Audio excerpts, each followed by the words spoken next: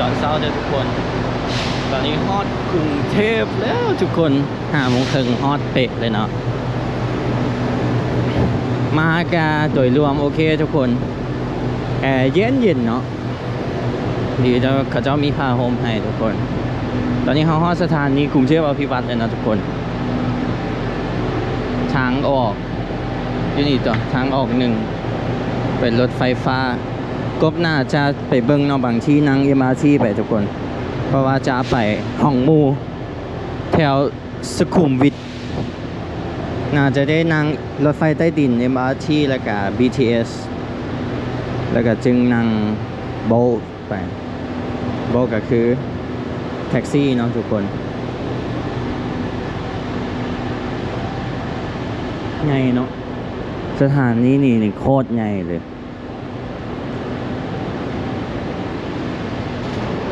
เดี๋ยวชิลองเสกเบิ่งเนาะบ่ฮู้ว่าอยู่นอกฝนตกหรือบ่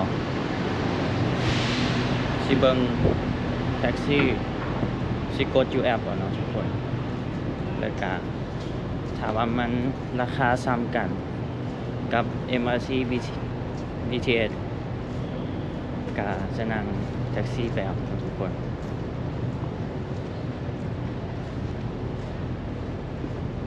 ทางออก4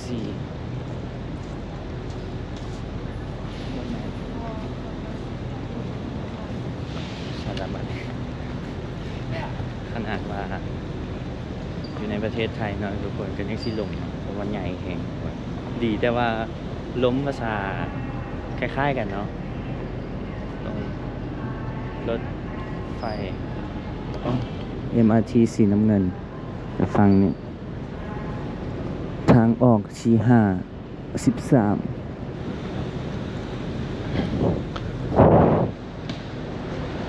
อ๋อเดี๋ยว MRT เดี๋ยวชิเบิ่งราคา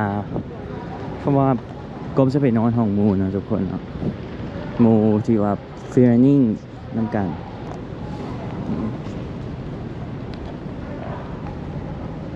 เบิ่งราคา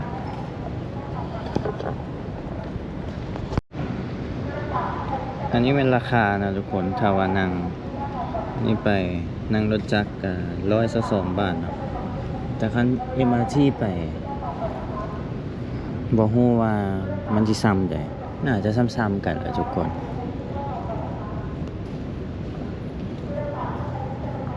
เพราะว่าหมู่ก็บ่ได้บอกเนาะว่าไปจังได๋มีแต่ส่งอันแมปมาให้เนาะ เอา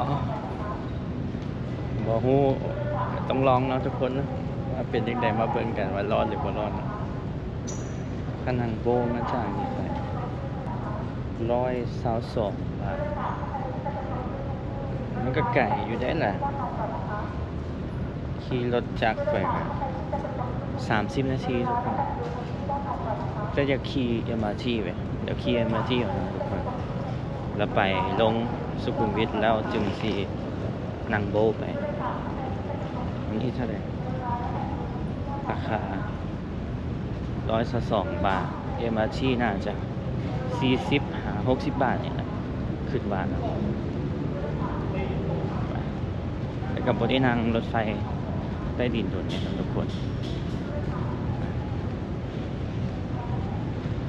มากรุงเทพใช่ไหมนี่แบบเป็นยางไก่นะทุกคนแล้วประเด็นคือบ่ได้ซ่อมยางก่อนมามันเป็นยางตลอด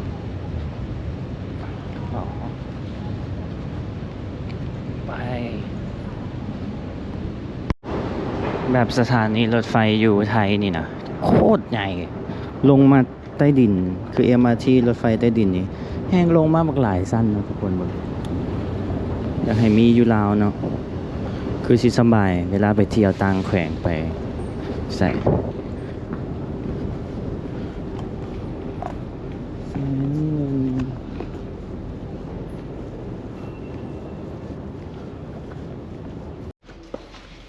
ขายตัวยังบ่เปิดนะทุกคนขายปี5:44จึงเปิดไป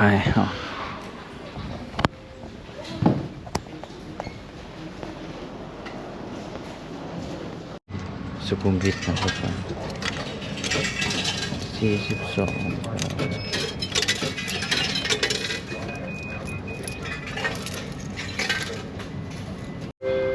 42 บาทนะทุกคนเราจะไปสุขุมวิทแล้วเราก็จึงจีนั่งรถไฟฟ้าไปต่อเนาะได้มา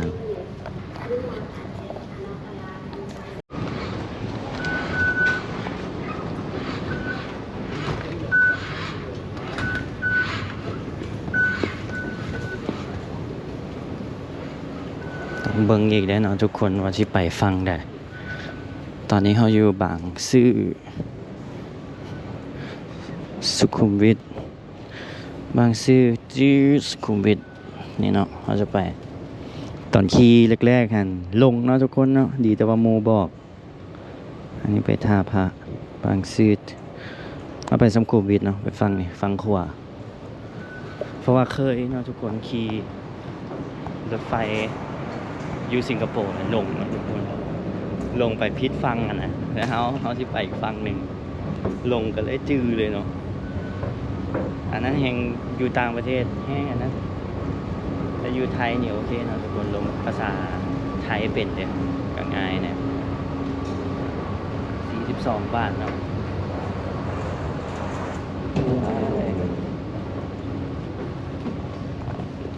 ลาดพร้าวห้อยขวาง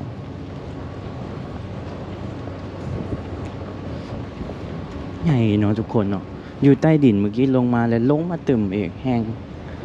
ใหญ่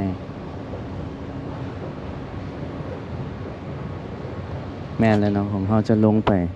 BL สัก2สุขุมวิทจะต่อรถไฟสายสีเขียวเข้าไป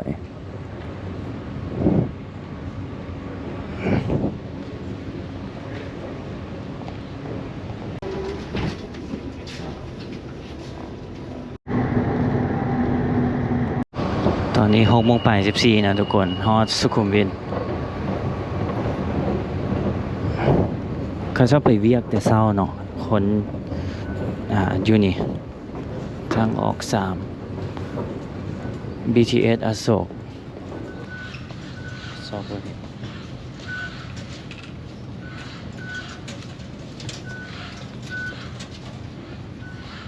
มันจะบอก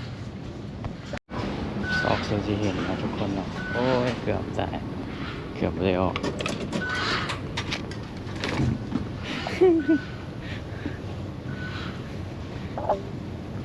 ตกใจเมื่อกี้เพื่อที่ได้ไปซื้อใหม่ไปต่อทุกคนเกือบบรอดเนาะไปต่างประเทศนี่จะเป็นยังไงเนาะไทยขนาดว่าเคยมาก็ยัง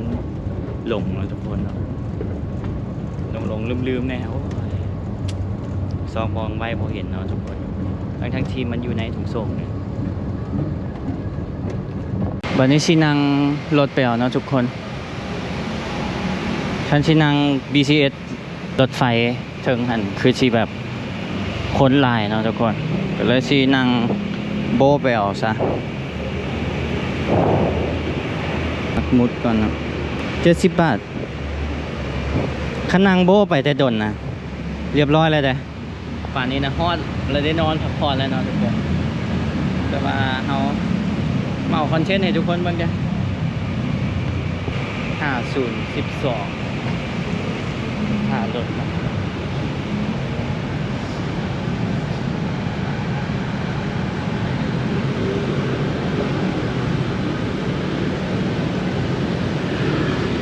70 บาทอ๋อมันกันลุดไปลื่นกันประมาณ20 บาทเนาะทุกคนโอ้แต่ว่าเมืองไทยนี่ใหญ่แฮงเนาะทุกคนแบบคักนะ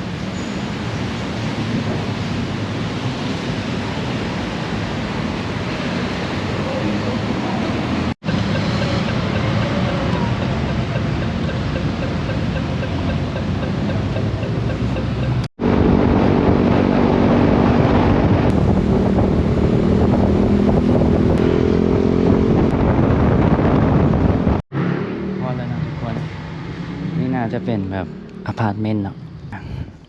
หิวข้าวเนาะนี่ที่ลิฟต์เข้าไปบ่ได้นะว่ามีคีย์การ์ดตอนนี้หิวข้าวเองเนาะเมื่อคืนนี่บ่ได้กินเลยกินก้อนขึ้นรถไฟเนาะทุกคนแล้วก็บ่ได้กินเลย มีแต่กินขนมที่ว่าซื้อมาวันนี้ก็ซี่ขึ้นไปเครื่องไปไว้แล้วซอกกินน่าจะสร้างอาหารเอาทุกคนอยู่ไทยคือแบบสะดวกสบายแหงเนาะสั่งมากิน Delivery มาและประเด็นคือราคาก็โอเคนะทุกคนตามที่ว่ากบมาเนาะเด็กๆกันมีให้สั่งหิวยังก็มีเนาะต่ำเติมเด็กๆก็มีขายคักเนาะครับโอ้ยแท่นั่งรถโบมาแต่ดนเนาะทุกคน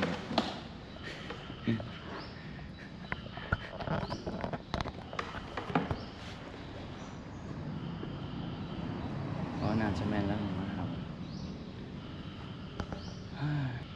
เมื่อยทุกคนเมื่อคืนนี่ก็รับตื่นครับรับไปชั่วโมงนึงตื่นรับไป2 ชั่วโมงตื่น4 เทื่อ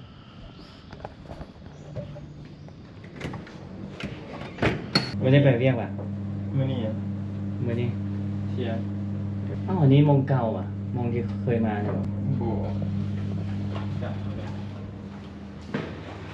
อันนี้ถูกไหมทำแล้วนะทุกคนเดี๋ยวสิลงไปกินข้าวแล้วทุกคนมาพักกับหมูนะหมูเฟียนิ่งแต่เราก็อยากออกกองนำนะทุกคนกามีจะถ่ายตะกบนะทุกคนขอบใจหลายๆเนาะกะเซฟประหยัดบนนอนไปทุกคนคันชิโยกะเสียเงินบ่ฮู้ว่าคืนเท่าใดต่ำๆประมาณ600 บาทไปคืนว่าต่ำๆเลยอันนี้เขาก็ประหยัดไปเนาะดีแต่ว่ามีหมูเพราะเฟียนิ่งนี่หลายคนเลยทุกคนอยู่ไทยเดี๋ยวลงไปกินข้าวกันนะทุกคนแล้วหมูก็สิออกไปนวดแล้วกบกับซีซ้องยังกินเท่านั้นแหละแล้วก็จึงกลับมาห้องนะทุกคนไป let's go ธรรมดา60ใส่ไข่70 6,000 กีบนะทุกคนหรือว่า2.15 ก่อนแบบนั้นทุกคนอาหารอยู่ไทยแบบรสจัดดีกินข้าวกันนะทุกคน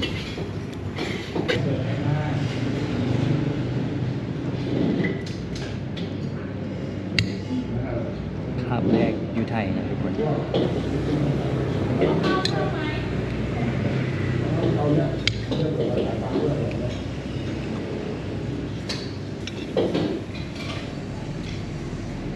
กินอิ่มไหมนะทุกคนนะจานหนึ่ง46 กีบก็ประมาณนี้เนาะซ้ำๆกันกับอยู่ลาว40 ปลายอยู่ลาวบางห้างก็35ก็สิลื่นกัน 10,000 ประมาณนี้แหละทุกคนไข่ดาวแม่นแหละใส่ไข่ดาวต้องประมาณ40 45 50แม่นแหละซ้ำๆกันทุกคนนี่ไปเซเว่นก่อนเนาะทุกคนเซเว่นแล้วก็สิกลับไปห้องทุกคนวันนี้ไม่ได้ไปใส่มีแต่ตอนแรกเลยดีแต่ว่าบ่ไกลเนาะเซเว่นใกล้ๆนี่เลย